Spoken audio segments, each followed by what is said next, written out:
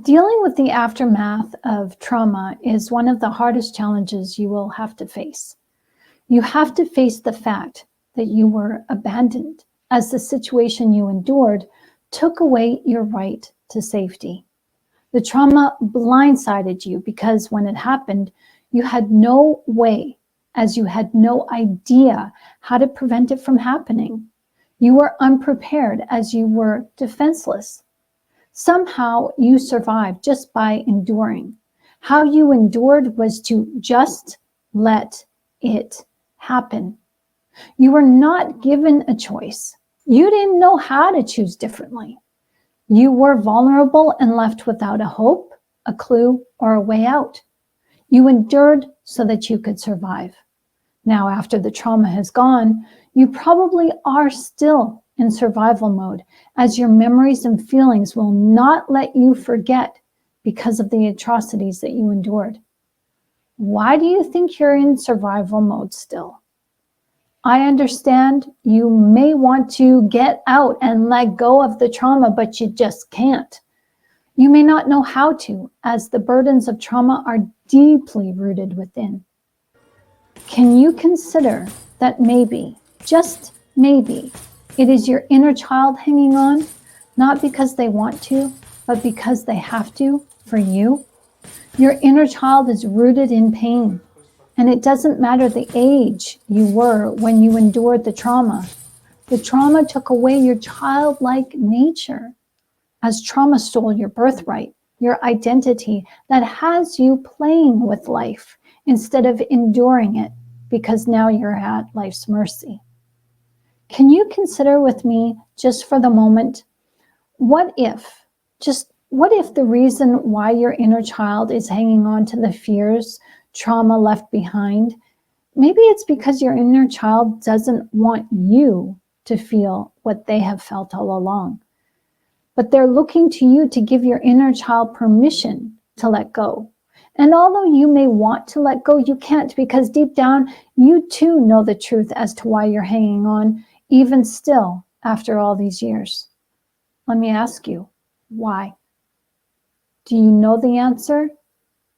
Maybe, just maybe, hanging on to trauma is your way of challenging trauma and life the way that trauma challenged you when you were vulnerable. Trauma back then forced you into silence, and your silence, although was forced, it was in agreement with the trauma, as you can't forget that in those moments of enduring, that you didn't matter. Trauma will never let you go. You have to be the one to defy the odds and release trauma's stronghold on you. It's the only way to setting yourself free. Trauma can never be the one to set you free. You have to give yourself permission to walk away. And in order for you to do that, you have to face the trauma and look at it in the eye and be bold enough to say to yourself, hey, I matter. What if you just can't let go because of the trauma? Yes, it's debilitating in itself, but your identity has been formed around the trauma. What if you were to let go of all of that pain? What if you were to let go of all that pain? Who or what would you be then? Would trauma confirm to you still that you don't matter? Would the silence of the aftermath of letting the trauma go convince you that you don't matter?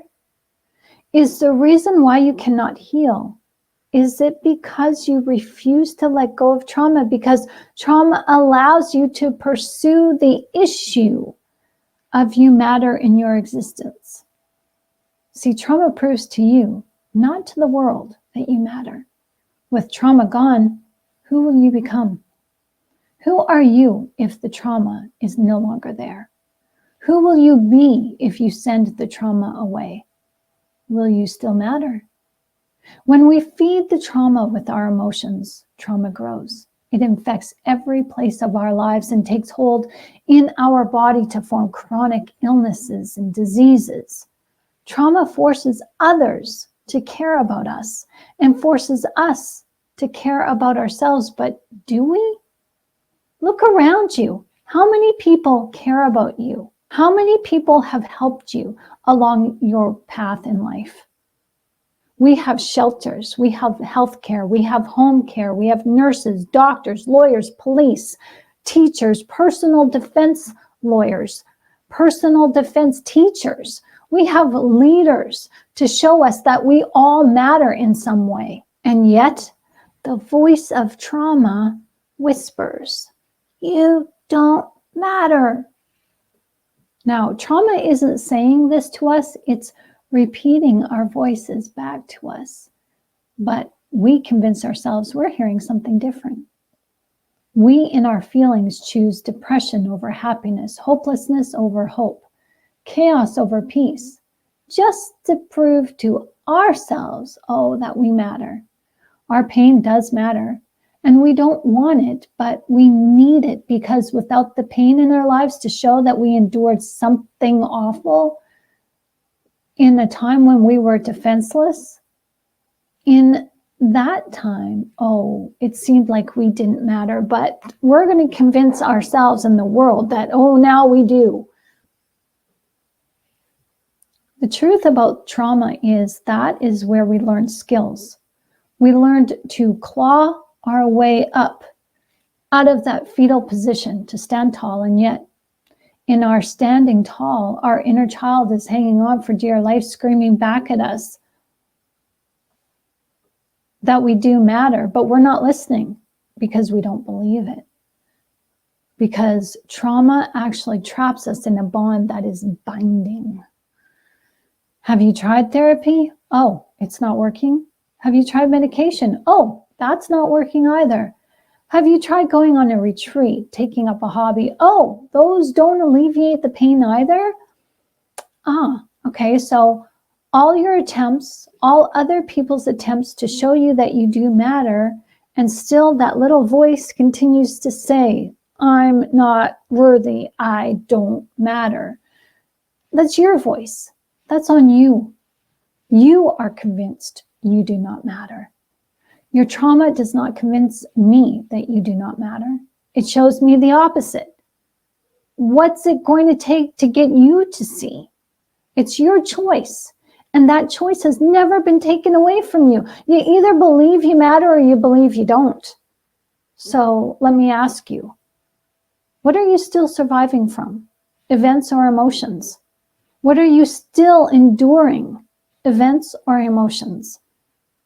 Trauma hurt you.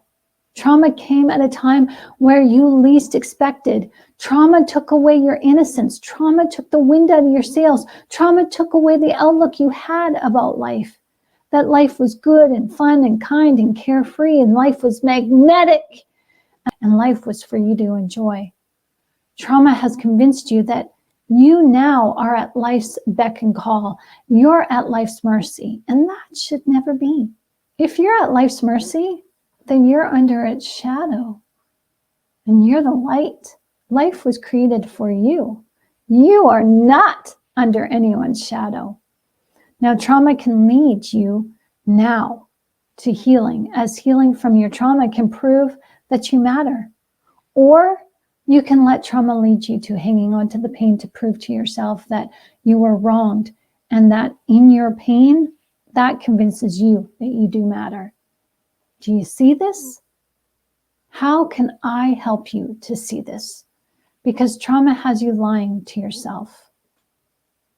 By you hanging on to the pain, you now are convinced that is the only way that you will matter.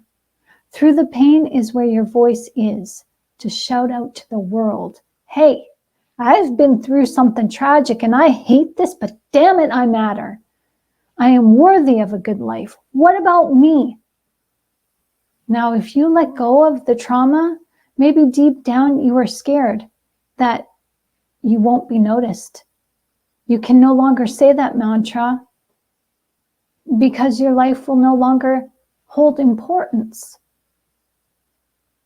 Now, you are deserving of a great life, as you're deserving of the best life. And you can have that, when you let go of the trauma, When you decide to redefine yourself and believe in yourself, to believe that you matter without doing anything, you matter without you having to endure anything, because you matter without you having to survive anything. You matter just by you being you. The only way out of your trauma is to go deep within and seek out that inner child to parent and self-govern that inner child.